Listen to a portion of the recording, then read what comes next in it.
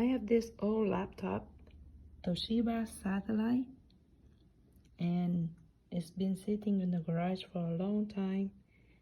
Now I'm going to remove the hard drive before I recycle it.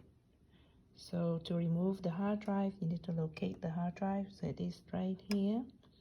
On the side, you see the 2 USB ports. So this right here, you unscrew the 2 screws, remove the cover. Here is the hard drive.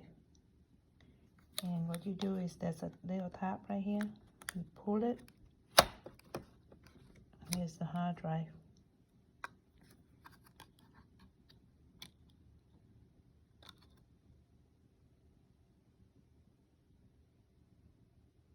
Now you can safely recycle the laptop.